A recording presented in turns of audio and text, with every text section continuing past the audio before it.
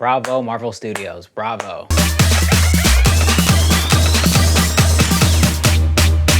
Welcome back to another WandaVision recap and review. This is for episode 7 of the season. So if you have not watched this episode, please go watch it on Disney Plus and then come back here because I'm talking full spoilers.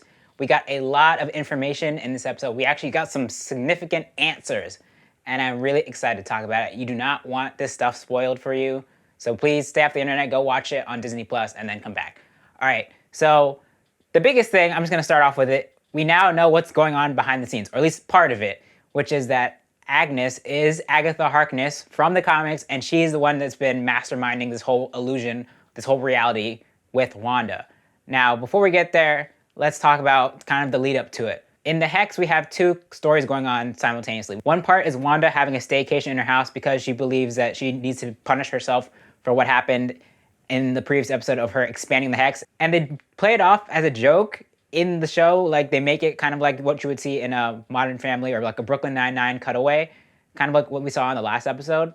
I thought that was really funny, but also kind of messed up because she basically kidnapped more people. But while she's in the house, things start starting to go a little haywire. You see items starting to change between decades. Like, for example, the TV goes from widescreen back to like the old school 60s television. Like, everything seems to be out of her control now. We see different things popping up here and there. The stork comes back for a second. The couch changes, the stairs change, things start flickering. She's clearly losing control of this reality. And then one of my favorite parts about this is the opening sequence in this one was an ode to The Office. And one thing that's interesting is that it's just Wanda. It's not WandaVision, because Vision is still off near the circus area towards where the border used to be.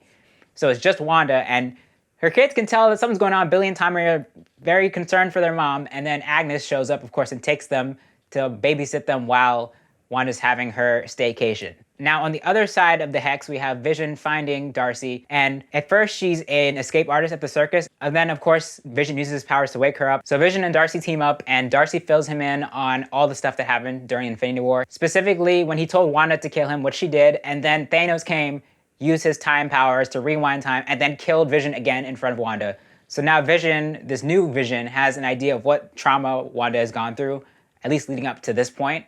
And this leads to one of two sweet moments in this episode where the characters are really starting to connect with each other. So Darcy kind of consoles Vision and like, even if you aren't necessarily real, we don't know what this is, the love between you and Wanda seems real. You two are right for each other. And that was a really sweet moment. Now, these two are driving in a truck trying to get back to the house, but they keep getting blocked by something. First it was a red light, then it was construction, then it was a bunch of kids walking by. So clearly somebody or something, what we find out is Agnes, we're assuming, didn't want them to make it back to the house in time.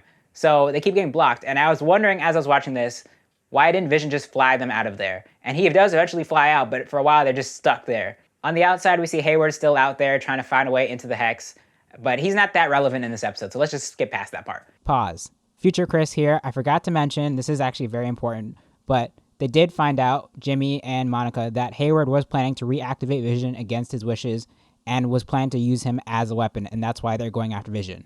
Then we have Monica and Jimmy finally meeting up with Monica's friend who created the special vehicle for her. And it's not Reed Richards. I honestly didn't expect it. I feel like this is still kind of early because they just announced Fantastic Four last year. I don't think they would have had casting yet. And if that was kept under wraps, I'd be really surprised. But honestly, I didn't expect to see him in this episode. So it turns out that it's just a military friend who brings Monica the special space rover that's supposed to be made to make it through the Hex. They think it's supposed to be an easy in and out thing. But of course, Monica tries to drive it through and the Hex is not having it. They try and drive it in and it like smacks into it. The Hex starts to change it and start modifying it. So then Monica has to jump out. But she decides, no, I'm not gonna go out like that. So she just runs straight in. And one of my favorite parts of this episode here, we heard it in the last episode and I forgot to mention it in the last video, that Darcy said that Monica's cells were being changed through the Hex. Her DNA was being changed. So we finally see her go back in. So now we finally see her get her powers because she goes back in, and of course it changes her DNA again. We see her eyes turn blue, and when she goes through the Hex, she doesn't change. She's not rewritten. Well, besides the powers. She's not forced to be in the sitcom anymore. Now she can actually exist by herself. Now she has control over her consciousness, which is amazing. So she goes to Wanda's house to confront her. They have this standoff, and another great heart-to-heart moment where Monica tries to relate to Wanda and says, hey, I lost somebody too. That's like the worst thing that can happen to me. So anything you do is nothing. Just do your worst.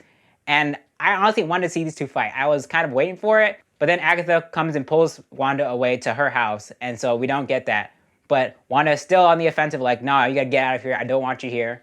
Also, let me go back a little bit. There was a scene where Agatha had taken the kids to babysit them, right? And so we see them in her house, Billy and Tommy. Billy says, I like it here. It's quiet because you're quiet on the inside. So he's onto her, and I guess it's because of his power, so he's attuned to that kind of thing. Tommy has no idea what's really going on, but I think Billy was the first person to be kind of suspicious, and she tried to play it off and play along. And I also like that there's a lot of moments, there's several moments here where they gym the camera, where they did the gym look to the camera, especially Agnes and Vision. That was a nice touch, and also the little confessional areas. And then at one point, Vision is sitting in this interview like, wait, what am I doing here? Why am I doing this? I need to go. And he rips the mic off and runs off. I thought that was a nice touch. That's just great comedic stuff. But now, fast forward, Wanda is sitting in Agnes's house, and she notices the half-eaten sandwiches, Yo Gabba Gabba on the TV. Then Wanda asks Agnes, where are the boys? And Agnes says, oh, they're probably down playing in the basement. So then Wanda goes to explore the basement, and of course, it's super creepy. Looks like it came out of Stranger Things. There's vines, it's really dark and creepy looking.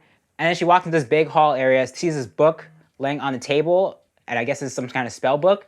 And she turns around to see Agnes there, and she's like, you caught me, I'm Agatha Harkness. And then it breaks into this new theme song, basically where it's like, it was Agatha all along. And so it was like a whole kind of recap of all the moments where Agatha was pulling the strings in the background. And I knew something like that was coming, and I'm happy it happened in this episode. But just to see the execution of it was so good. Marvel did amazing here. The songs are the unsung heroes of this series. The songs, the music, absolutely great. I think if this does get any nominations, it should definitely be for the score and the soundtrack because they absolutely killed it. But we get this sequence where it shows how Agatha's pulling the strings and using her magic to manipulate people, including Pietro. But we still don't know if it's X-Men Peter / Pietro being controlled, or is it just some random guy that she pulled in. I really do hope, though, it is X-Men Quicksilver who got just yanked into this, because if it's just some random guy, that'd be so disappointing, and Marvel already got in trouble for that with the Mandarin. I didn't mind it in that case, but in this case, I would be mad if it didn't turn out to be X-Men Quicksilver. So I really hope it still is. But you don't actually see him in this episode until the end credit scene, which we do get in this episode. We finally get a mid-credit scene after all the times they made us sit through those super long credits. Those are really long credits. But we finally got a mid-credit scene where now Monica is trying to figure out what's going on. She goes to Agatha's house, opens the door to the basement, and then Pietro stops her like, oh, so you like snooping. So I guess he's still under Agnes / Agatha's control. And now one last thing I'll talk about for this episode was the commercial, where it was this pill commercial, kind of like what you see now on TV, where they're talking about something about depression, and there's a lot of nods to Wanda's trauma, her depression, being controlled, all that kind of stuff. And my friend pointed out that Wanda may have taken that pill later in the episode. I have to go back and watch to make sure, but basically I think these next commercials are all just referencing what's happening to her now, kind of talking about the situation she's in. But overall, this was a great episode. This is probably my new favorite episode. We finally got solid answers. We know who's behind this, or at least part of it, because actually I think Agatha is obviously hands-on controlling things, but I also think she's working with somebody. I don't think it's just her. I think there is a bigger thing at play. There's a lot of theories out there. I'm not going to tell you all of those now. If you want to go look them up, you can.